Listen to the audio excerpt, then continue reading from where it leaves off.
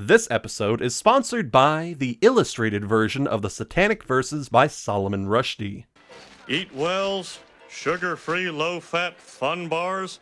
Peggy, that stuff isn't for trick-or-treaters, it's for diabetics. Religion, family, friendship. These are the three demons you must slay if you're going to succeed on YouTube. Well, actually, that's not true at all.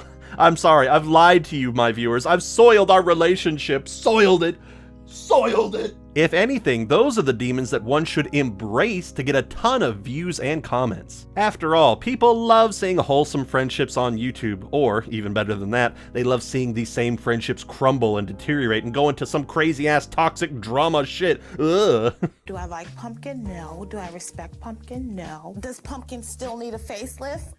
Yes. And as for family content, I mean, all you need to do is film yourself holding a baby in slightly a less than optimal way, and you'll get 8,000 armchair general moms writing a 10-page essay in the comments, jilling themselves off about how much better of a parent they are than you asshole. I know it's bigger than the other SUVs, but it makes me feel safe. I mean, if I have an accident in that thing, I'm going to live. And finally, religion. I mean, come on, even in videos that are targeted to and exclusively consumed by the intended faith audience, such as Christians seeking Christians or witches seeking witches, you will see people eagerly getting into holy wars with their peers. It's a very sort of like, my rosary bead is girthier than yours kind of attitude. And this is where our conversation must now turn to King of the Hill's very first Halloween-centered episode, titled Halloween.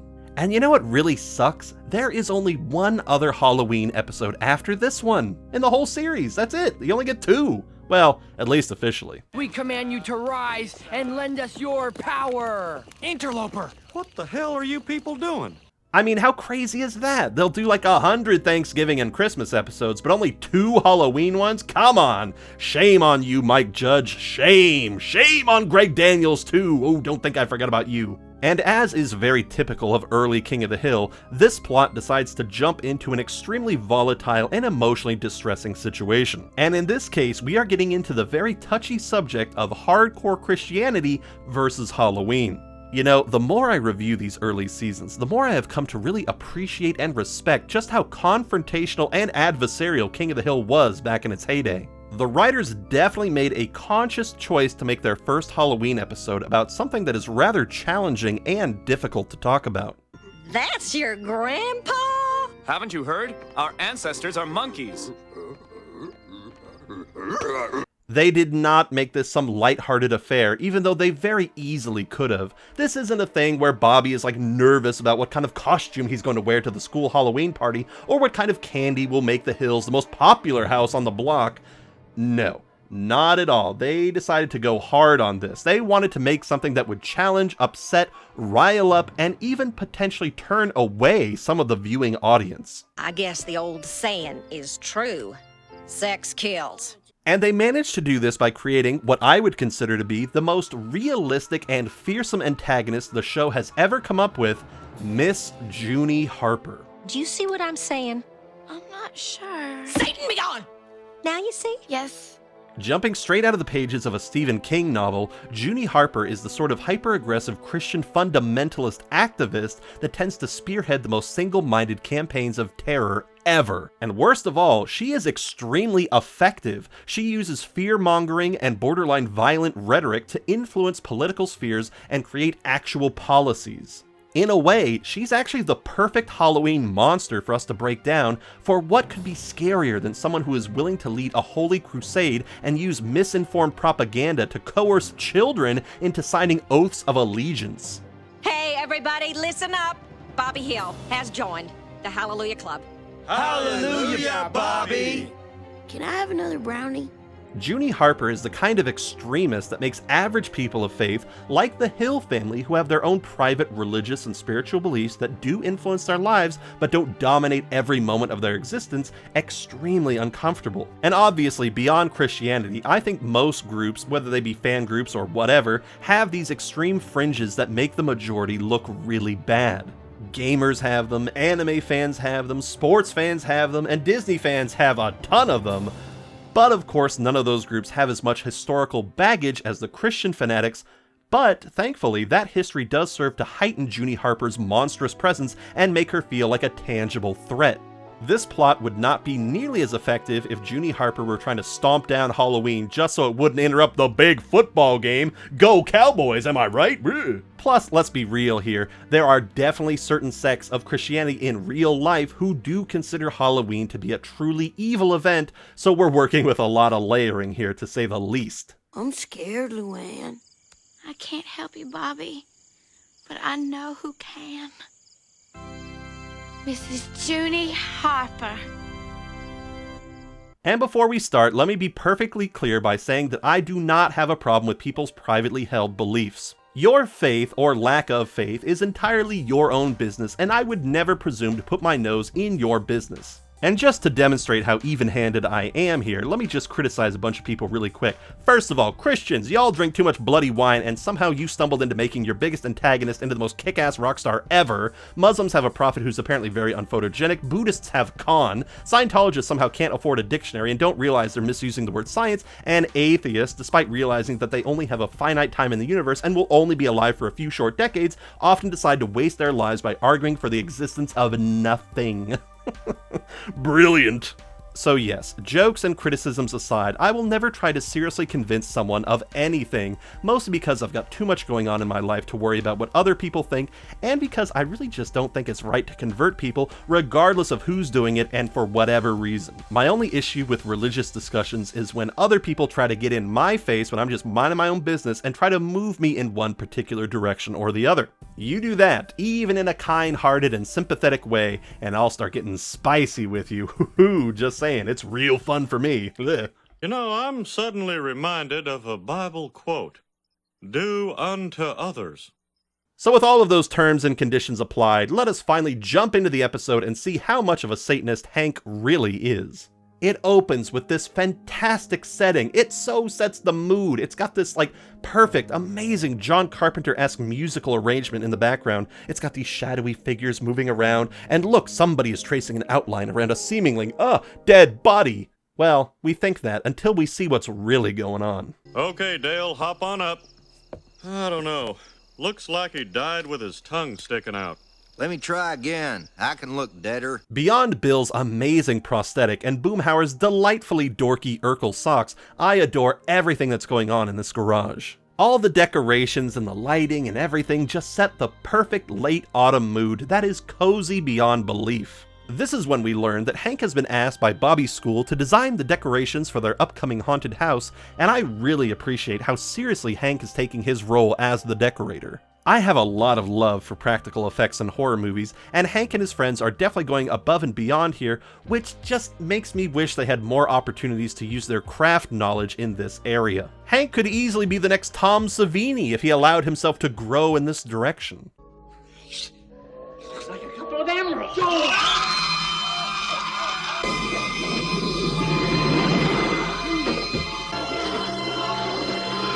And Hank's affection for Halloween scares hasn't exactly come out of nowhere, as we do get an establishing flashback to his childhood days where he and his friends went on a Charlie Brown-style parade of pranks. We get to see Dale dressed as a hippie, Bill as a prisoner, Boomhauer as the most floral ghost ever, and Hank Hill as a little devil.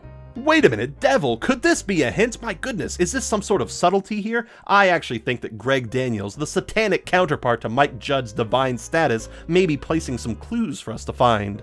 After learning about how Hank used to terrorize his mother, who, I have to admit, may have deserved some of that little bullying there, but that's a topic for a different review, we get to see that Luanne is going to her youth fellowship program and Peggy is going out looking for Halloween masks. I absolutely adore the little touch of Peggy doing her mean monster face in the mirror while Luanne is talking. That sort of thing adds so much life to an animated series, instead of just having the characters sit there and stare blankly at the person who's speaking, waiting for their turn to talk. Ugh. At the Megalomart, Hank is disgusted at the selection of crummy masks that are available. Elmo, Aladdin, Jenny McCarthy? I don't even know what these things are. And what I really like about Hank's attitude here is that he's really focused on the emotions that Halloween provides. It's about experiencing the thrill of fear in a controlled environment, and for a certain kind of person, that rush is extremely desirable.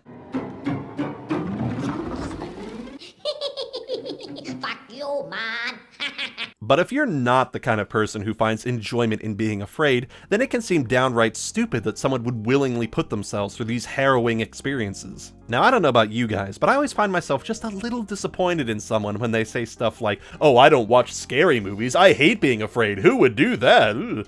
It's a little like hearing someone doesn't like eating spicy food. It's like, okay, I get it. I understand where you're coming from. I respect your decision, but I'm just a little sad that you're going to be going through life only experiencing rice cakes and unseasoned chicken. Listen, you idiot! I don't think this is as important as your lousy snack. And speaking of bland and flavorless, at Luanne's youth group, we are introduced to the human personification of graham crackers, Miss Junie Harper. And no, before you go all crazy on me, I'm not calling her like an actual cracker, like, there she is, that cracker. No, I'm saying like she's a graham cracker, because, you know, like graham crackers were originally made to stop people from masturbating, because the inventor was this big racist who believed that all cultures that ate a lot of spicy foods were sex-crazy heathens, and it was their diet that got them all inflamed, and that's why their population was so big, so he made this whole, like, crazy new food that was so bland. It was marketed as like the blandest food ever. It was the sugarless wafers that he called graham crackers, which are very different from the sugary treats we have today. You know, that whole thing. So that's why I'm calling her the human embodiment of graham crackers. There she is. There's that cracker. Look at her. I'd like to introduce our guest speaker. She's a new member of our church who has made herself known in a very short time through a series of gutsy letters, complaints, and threats. Miss Junie Harper. I like the little touch of her holding her Bible in front of her like a shield. Her body language says a lot about her right off the bat. She employs some rather devious techniques to get the group all riled up against Halloween, with her attention being drawn especially towards the eager-to-please Luanne. Who can tell me what this is? It's a witch? Very good. Now, what's your name? She heaps tons of praise on Luanne for providing the most basic of answers, and asks some very leading questions. Who knows what October holiday is associated with witches, goblins, and Satanists? Unlike other antagonists throughout the show, Junie Harper is immediately identified and treated as an active threat. This isn't just someone with an alternative viewpoint, like how Khan was cooking with mesquite or the very mild gun debate we saw during the shooting episode. This show is going so far as to give Junie Harper her own villainous string arrangement. Smart. Oh, this girl is very, very smart. Thank you for noticing. Oh, and just a little quick break here from Junie Harper, but I am so glad to see everyone here wearing their jackets and overshirts. They're all definitely still wearing their typical clothes underneath, but there is something about their brightly colored accoutrement that gives this episode an entirely different feel that is so damn good. It's such a small touch, but I really appreciate it. But no, there's no time to waste on appreciating how utterly dripped out the Hill family is. We have to get back to the fear-mongering. Do you know any witches yourself? Witches aren't real. Oh, yes, they are. But speaking more broadly for a second, I have to say, we are so lucky to have Junie Harper's voice actress, Sally Field, who has done so many great and powerful performances, and we get her talents here in Junie Harper. That is incredible. That's amazing. I am just so pleased that they casted her. She is the right level of, like, wholesome, but also intense and scary, but, like, not so, like, cartoonish. She's not like Dr. Claw from Inspector Gadget or anything. That would be awesome, though. But yeah, I just really appreciate Sally Field. Thank you for coming on and doing Junie Harper's voice. You are great. The ancient druids celebrated Halloween by eating babies by the light of their jack-o'-lanterns. And then they danced. Dancing. Ugh. I thought they would have made that illegal by now. Actually, as silly as it may sound, I think that the people of my generation, the good old millennials, need to take a hard look at themselves, because I have seen so many of my peers get riled up by the youth doing their little TikTok dances, which just makes me shake my head in shame. I'm sorry, fellows. I'm sorry, my friends and peers. You are becoming the crusty old parents from Dirty Dancing. It is happening to you. It is not just the kids being cringe. You are just disgusted by not being with it anymore. Thank God I was never with it, so I'm apathetic to everything. Woo! Let's get the rise and run of this trough right. I don't want my blood rushing to my severed head. My deranged ranting aside, back at the Hill house, Hank gives Bobby his old Halloween costume, which is a surprisingly good fit for Bobby, which means I guess that Hank wasn't a little string bean when he was a kid either, huh? As Bobby is provoked into giving his best satanic laugh, Luanne comes in all a titter and drops a major truth bomb on the family. I can't get Peggy. I have terrible news. Halloween is a satanic holiday. It was invented by the Jewish. Now, while I could definitely do a whole lecture on the pagan and Christian origins of Halloween, and which current regions and religions practice Halloween and which don't, I think a much more valuable piece of information comes from our friends at Wikipedia. These gentle nerds write, quote, according to a 2018 report by the National Retail Federation, 30 million Americans will spend an estimated $480 million on Halloween costumes for their dogs. The most popular costumes for pets are the pumpkin, followed by the hot dog, and finally the bumblebee in third place. Excellent. In third place already. The plan is coming to fruition. Luanne's fear begins to spread to Bobby, who starts to worry that perhaps his dad is tricking him into becoming a little devil. Meanwhile, Peggy, despite hearing a bunch of baloney from Luanne, decides to chastise Hank for calling out his niece's bullshit. Luanne, Halloween is just good, clean fun. It's got nothing to do with the devil. Now, I don't want to hear any more of your foolishness. And you know, okay, fair's fair. Hank did yell at Luanne a little bit too loudly, so I'll give Peggy this one. She just put some exciting new thing in her braid, and all she wanted to do was show it to us. From here, Luanne goes running directly to cat-loving Junie Harper, who practically starts foaming at the mouth when she hears about the haunted house being held at the school. And at the school, we get the first appearance of Principal Moss, who is basically Hank if he never met Peggy or got into propane. Big Daddy Moss is being led around on a leash by Mrs. Harper, who makes the argument that some people consider Halloween to be a religious holiday, and therefore...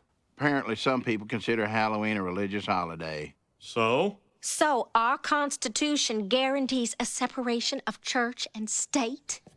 Oh sure, you say all that, but we still gotta say under God during the Pledge of Allegiance, whatever. People who live outside of the United States, I call upon you, isn't it a little weird that the students in the US have to say a pledge every single day of school? I mean, do you guys do that? Is that common? Am I just being weird here? I mean, do Canadians have to turn towards the West Edmonton Mall and thank all the generous shop owners for leaving Halloween candy out for children who can't go trick-or-treating because it's too damn cold out in the winter to go and do that stuff? Do you? Because if not, you really should. Those people are saints. In any case, Junie gets the Halloween event shut down, mostly because Moss is a big pushover and because the school blew their legal budget on... what exactly? We blew our budget fighting wheelchair ramps and left-handed scissors. Jesus Christ, Moss, what are you doing? You do not deserve Hank's awesome Halloween house. Get the heck out of here. My God, why would you fight against that? Holy crap. At least Hank is able to get in one solid burn before he skedaddles. Boomhauer, grab Hagatha. There's only room for one witch in here. Damn. As a matter of fact, Hank gets in a lot of great one-liners and little scenes here and there. He's really going into kill mode over Halloween. I mean, just look at him. Look at how he's puffing out his chest like a gorilla. And once again, he pushes back against Luanne's rhetoric. But Junie Harper says... Junie Harper says, last time I checked, it wasn't Junie Harper's face in the stained glass window at Arlen First Methodist. God, that is so strong. That is so good. Use that anytime someone tries to cop a little bit of Jesus clout for themselves. Sorry, bub. I didn't know you and the J-Man were so close. They really should revise The Last Supper and put your mug in it with him. Ugh. Undeterred by all of this nonsense, Hank takes Bobby out for a bit of neighborhood terrorism, for once showing that he is a little bit more of a spirited prankster than his son. I don't know, Dad. This is vandalism, and vandalism isn't cool. Bobby, that attitude is a little immature. Unfortunately, during this whole escapade, Bobby destroys Junie Harper's birdhouse, causing her to go into a full-blown panic attack, believing that she's being attacked by Satanists, and... oh boy, she accidentally runs over her cat, Joshua. Oh, that sucks. In fact, for some people out there, I'm sure they'd rather see Bobby himself get run over instead of that poor little kitty. There's actually a really fascinating dynamic between how dig-down, die-hard people will get to fight the idea of animals dying in movies or TV shows. And of course, I am just talking about fictional situations where the real animal actors are okay or never existed because they're just like props or something, or a stuffed animal, whatever. Obviously, any actual animal deaths for film are abhorrent. I'm looking at you, Pink Flamingos and Apocalypse Now. That was pretty fucked up. Ugh. But still, I can imagine a sliding scale of jigsaw traps where he tests the limits of how far people would be willing to go to save an animal. How far would you be willing to go to save this hamster? You know, there's a very fascinating psychology there. Goodness, I really do go on tangents, don't I? Here, as a reward for getting through all of my nonsense, here's Dale doing a little bit of Sanford and Suffering. Ah! Ah! Man, that joke is always ruined on cable TV, as the screen usually like cuts off the spider at the bottom. I don't know, it makes it look like Dale's just screaming at nothing, like he fell on the floor and just goes, whatever.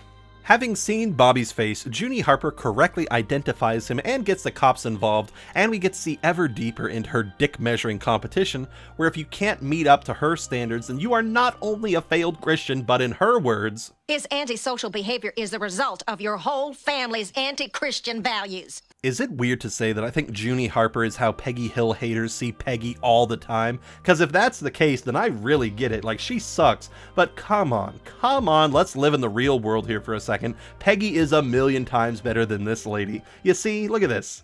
I go to church too, and I have raffled and bingoed and bake saled my way as close to the good Lord as you. So do not try to one-up me, because I will one-up yours. And even Hank has his wife's back, pushing against Junie Harper's out-of-context Bible quoting with some of his own. The complacency of fools will destroy them. Proverbs. Get out of my house.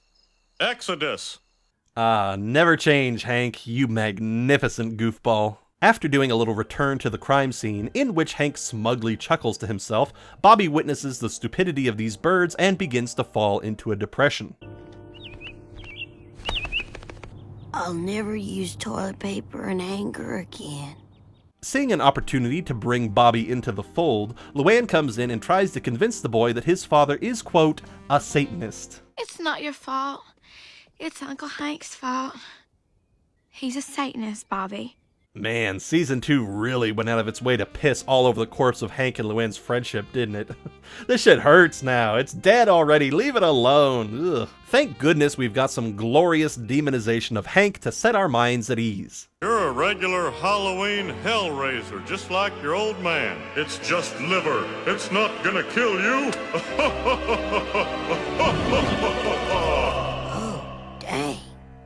Continuing this descent into Crazy Town, Junie Harper goes into full wacky mode by using a very special prop to convince the city council to set a curfew and effectively cancel Halloween. And what is this prop, you may ask? Oh, that's very simple. It's just her dead cat that she drops on the desk. Woof! Oh my god! That's some next level shit here. Whew! This episode goes hard. You see the body. There it is. Wow! And yet, it is this very curfew that shows us the zenith of Junie Harper's hypocrisy, as Hank Hell's Halloween house is being done on his private property, and while you might say that a party like this goes against the all-encompassing curfew they put down, Junie Harper is still allowed to host her counterpart party, the Hallelujah House, without any fear of repercussions. That is blatant favoritism. But before we get into the final act, I really want to voice my affection for two aspects of this episode. Number one, I get such a delight out of how they keep track of the days leading up to Halloween. This makes the whole thing feel like it's building towards some big explosive event. And again, it's very in line with John Carpenter's Halloween, which I just really love. And the other thing is just how on point Hank's criticism of Luanne is here, where she says like, oh, see, Uncle Hank, I was right. Everyone agrees with me. What do you say to that? Well, here's what Hank says to that. Nobody agrees with you. You agree with everybody else. You agree with any idiot who says anything. Insert most recent political event here. Ugh. But now we arrive at the Hallelujah House, which is apparently charging $5 a pop. Man, this really is a Christian event. If I really wanted to get deep into the symbolism here, I would say that it means that it's free to get into hell, but kind of pricey to get into heaven. It costs you a little bit, especially if you're into the whole indulgences thing. Google it. Once inside the house, we get to see why Junie Harper was charging $5 a person. She has clearly spent a mint on all these models, props, and gorilla costumes. Plus, she has actual actors inside her house, and while yes, they're a little stiff, they're definitely doing their community theater best. Oh no! He's eating the baby! Stop him, honey!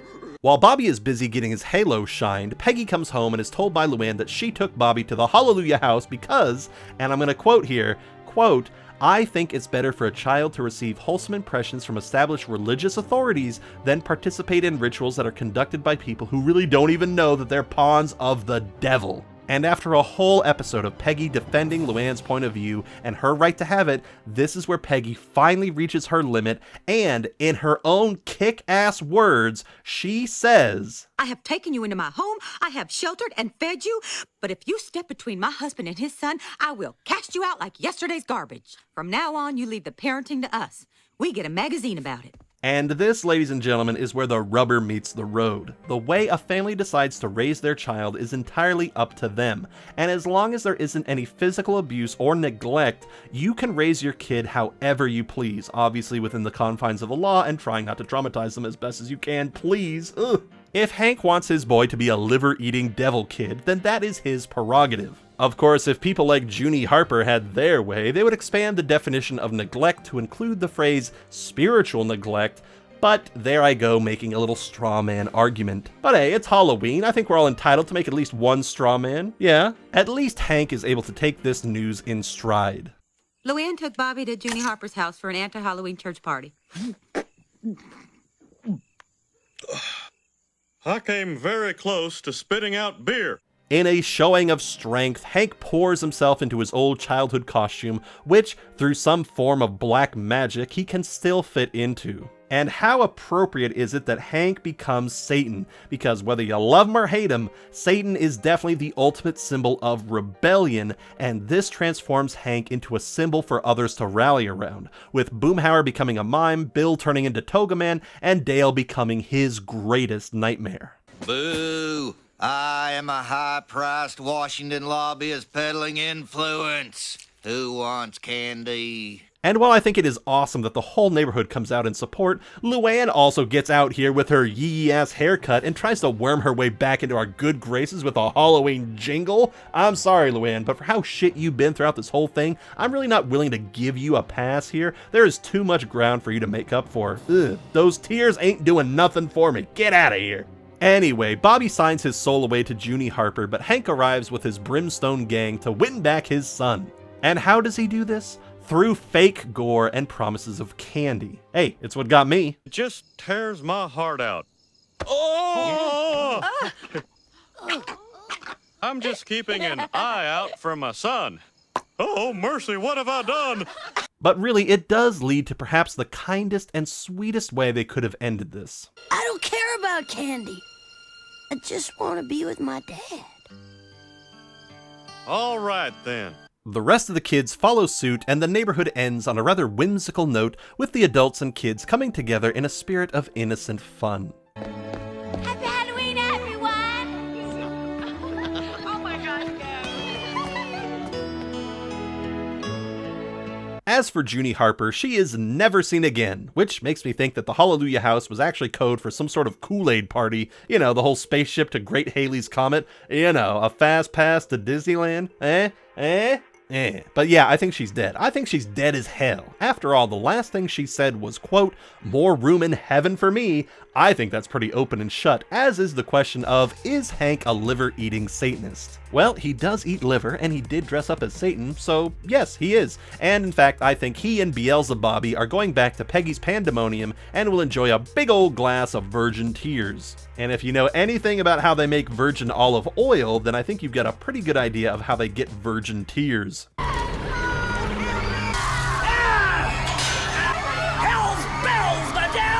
And that, ladies and gentlemen, in an overly sized nutshell, is one of the only 2 Halloween episodes we ever got from King of the Hill. What a freaking ride. I know this video went on for a little bit, but my goodness, there was a lot to cover. And I really didn't want to do a half-assed job, both because I believe the episode warranted this level of care and appreciation, and because I really wanted to sink my teeth into Junie Harper. Besides a few other choice selections, such as Randy Travis and Luanne's dad, King of the Hill doesn't tend to put forward such strongly dislikable characters. But in a way, I'm really glad they showed their fangs on this one. Once you realize how vicious a show can really be when they try, it makes the times where they are only lightly poking fun at someone, such as the time they got poor George Foreman to dunk on himself for naming all of his sons George, to feel much less mean-spirited. And yet, because Junie Harper is merely a caricature of this kind of zealot, it becomes much easier to demonize her. I still have no frickin' idea how they managed to sweet-talk Randy Travis into being the biggest dickhead in the King of the Hill universe, but that's a story for a different day.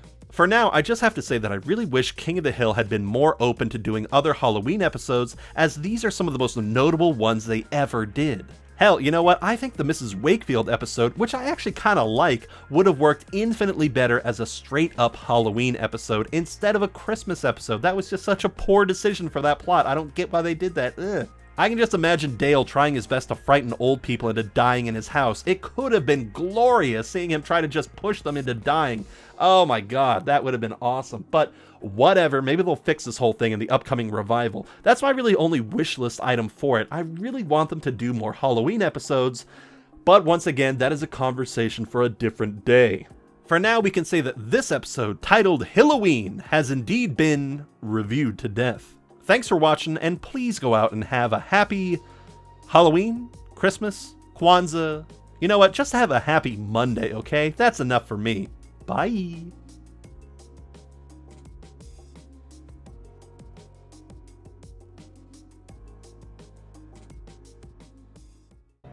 The vandalism upon my house can only be described as a hate crime.